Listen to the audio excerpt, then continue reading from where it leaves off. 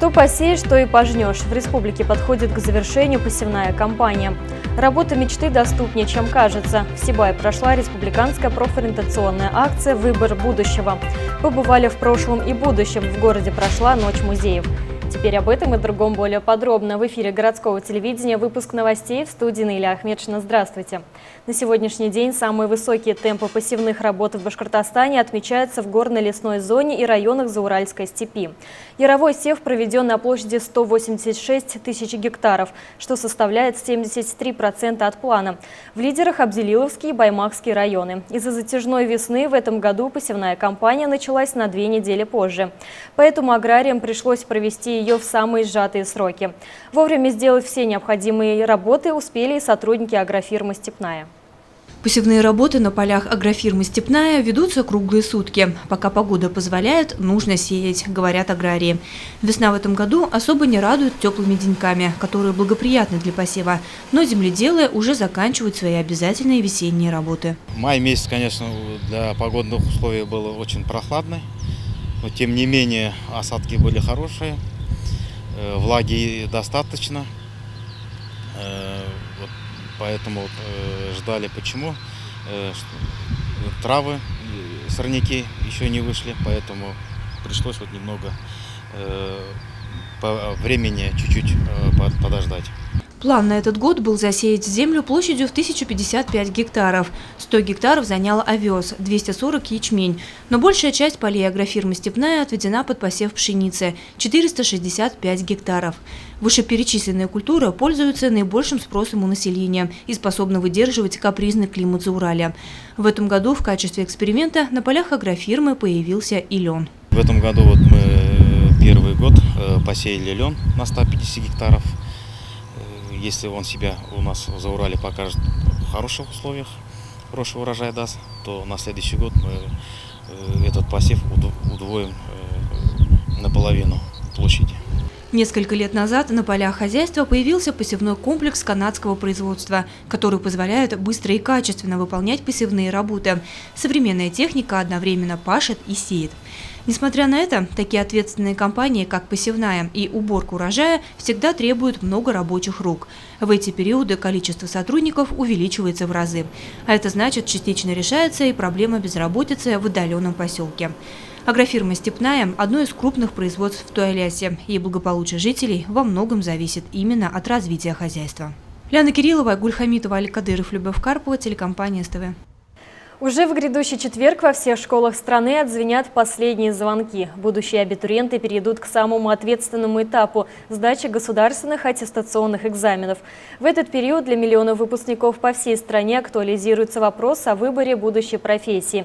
По этой причине в преддверии международного праздника Дня борьбы с безработицей ежегодно в нашей республике проводится акция для учащейся молодежи «Выбор будущего».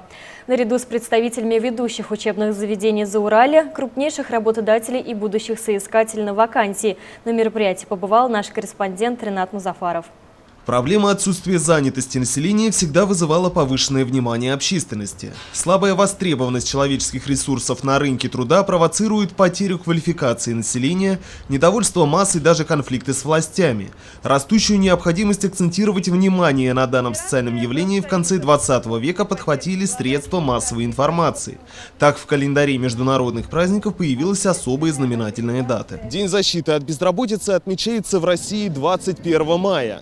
Впервые россияне отметили его в 1992 году, спустя год после образования службы занятости населения, хотя законодательно дата нигде не утверждена.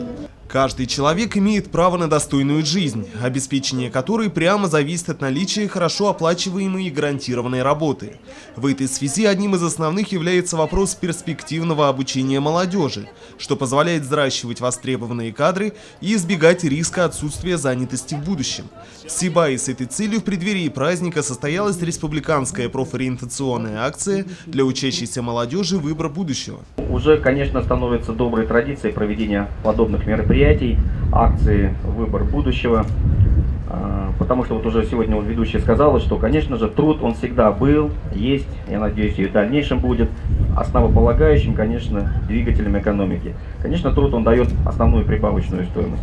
Инициатором акции выступило Министерство труда и социальной защиты населения Башкортостана. В помощь будущим абитуриентам на мероприятии развернулась масштабная экспозиционная площадка, где были представлены стенды различных профильных предприятий и большинства образовательных учреждений Башкирского Зауралья.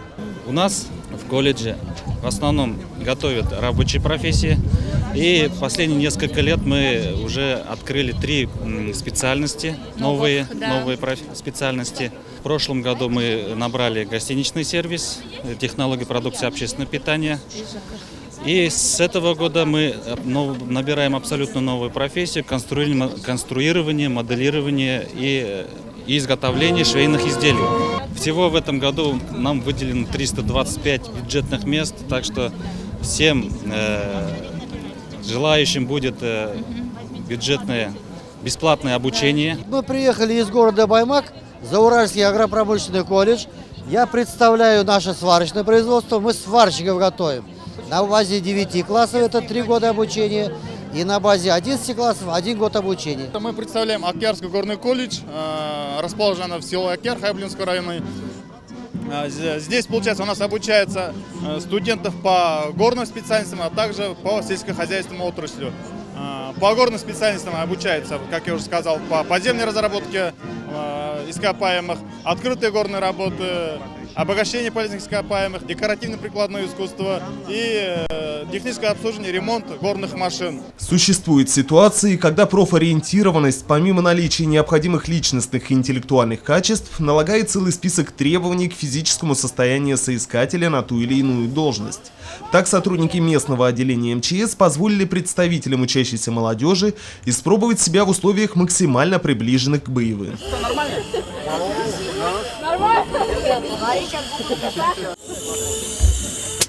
Че, Паш, как? Лучше закладывать, так нормально. Сегодня на рынке труда у нас наибольшее, конечно же, количество востребованных профессий – это рабочие руки, рабочие профессии. Хотелось бы сегодня пожелать нашей молодежи, чтобы действительно они с учетом своих способностей, интересов выбрали, осознанно подошли к выбору профессии. «Мечты сбываются», гласит известный слоган крупнейшей газотранспортной компании мира. Как оказалось, список вакансий работодатель мечты выдвигает вполне земные. Нам в основном сейчас очень требуются рабочие специальности, которые мы здесь вот представили. Слесаря по газовому хозяйству, линейный трубопроводчик, операторы газораспределительной станции. Опорным вузом сейчас в России как бы считается опорный вуз нефтяной в Уфе, который находится. А здесь у нас по Заурале есть вот баймакский филиал Уфимского топливно-энергетического колледжа, который тоже там есть монтаж и эксплуатация газовых систем. И после этого уже можно к нам устроиться спокойно. В конце в рамках акции состоялась интенсив-сессия «Территория Зауралья. Векторное развитие». В ней приняли участие представители местного самоуправления, общественных организаций, образовательных учреждений и предприятий районов Зауралья. Ринат Музафаров, Али Кадыров, Любовь Карпова, телекомпания СТВ.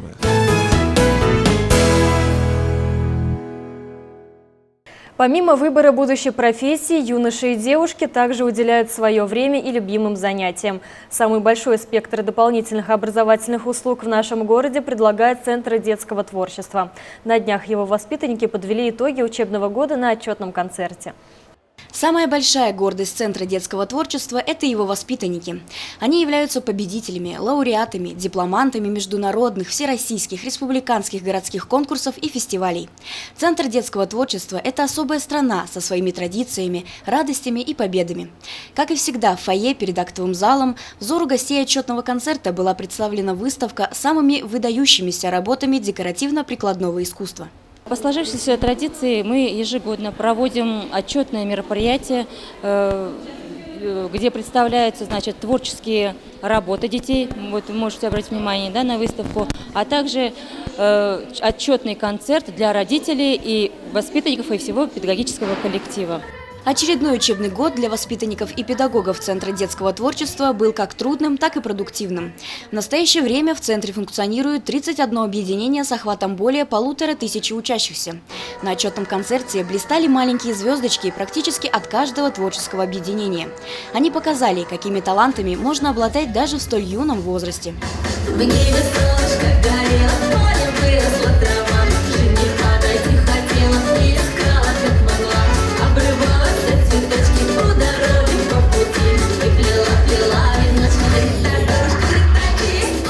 Как ведущее учреждение дополнительного образования, Центр детского творчества является также местом проведения большинства городских мероприятий. В этом направлении ведется огромная работа. Ежегодно здесь проходит множество концертов, конкурсов, а также спортивных мероприятий. Это единственное многопрофильное учреждение в Сибае, которое представляет собой открытое, творческо-педагогическое единство детей и преподавателей. Потому достигнутые итоги очередного учебного года радуют не только самих воспитанников Центра, но и их педагогов, родителей и сотню зрителей. Евдокия Титаренко, Алик Кадыров, Гульгина Раскильдина, телекомпания СТВ. В минувшие выходные Сибай присоединился к международной акции «Ночь музеев». Историко-краеведческий музей распахнул свои двери для посетителей в непривычное время с 18 часов вечера и до полуночи. Что ожидало горожан, смотрите далее. «Ночь музеев» – проект, реализующийся по всему миру с 1997 года. Первыми идею проведения ночных экскурсий выдвинули музеи Берлина. В Башкортостане данная акция проводится в 7-й раз. Сибай же присоединился к ней в 2013 году. В этот день, 20 мая, жители и гости города могли посетить историко-краеведческий музей дешевле, чем обычно. Помимо скидок был и бесплатный вход для тех, кто придет с атрибутикой советских времен. Вы сегодня, наверное, заметили, что многие научные сотрудники входят в красных галстуках.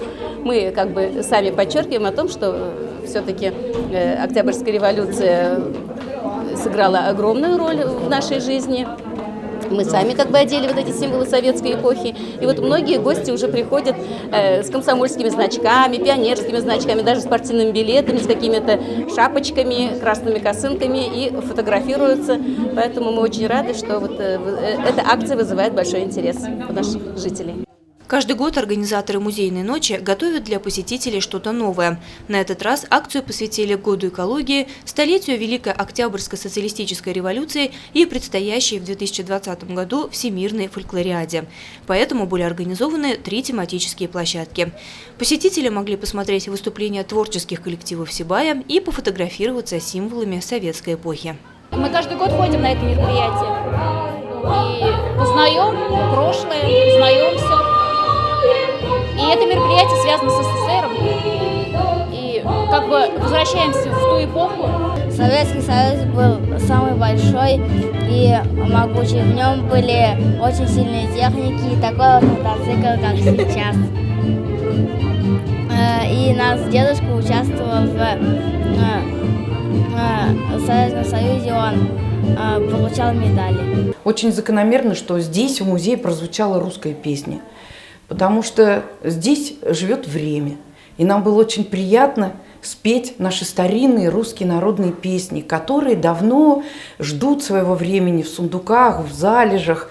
Как признались посетители, посещение музея открывает для каждого из них новые грани и, безусловно, значительно обогащает культуру. Ляна Кириллова, Альмира Ишкуватова, Радмир Исенгулов, Гульгина Раскильдина, телекомпания СТВ. И последнее. С гастролями в Сибае побывали известные исполнители башкирско-татарской эстрады. Фадис Ганиев, Лилия Бектимирова и Гульнас Асаева дали в нашем городе 2 концерта, один из которых проводился в благотворительных целях.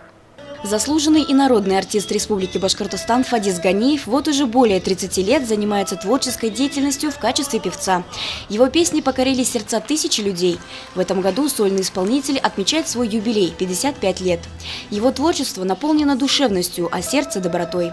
Так, на днях Фадис Ганиев вместе со своими товарищами по цеху приехал в Сибай и дал 2 концерта, один из которых был благотворительным.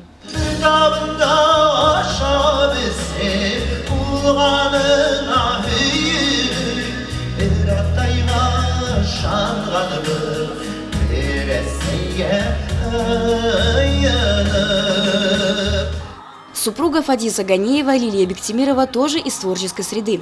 Она солистка Башгосфилармонии и вместе со своим мужем вот уже более 10 лет гастролирует совместными и сольными номерами. Цель благотворительного концерта настолько вдохновила певицу, что, как она сама признается, это добавило еще больше душевности в исполнении песен. Дети – это дар Божий. Дар Божий. Бог дает детям, людям детей избранным. Мы можем это сказать с Фадисом, потому что мы 12 лет ждали своего сына. И вот я не могу понять родителей, я не могу понять матерей в самую первую очередь, как можно оставить своего ребенка. Это самый большой грех.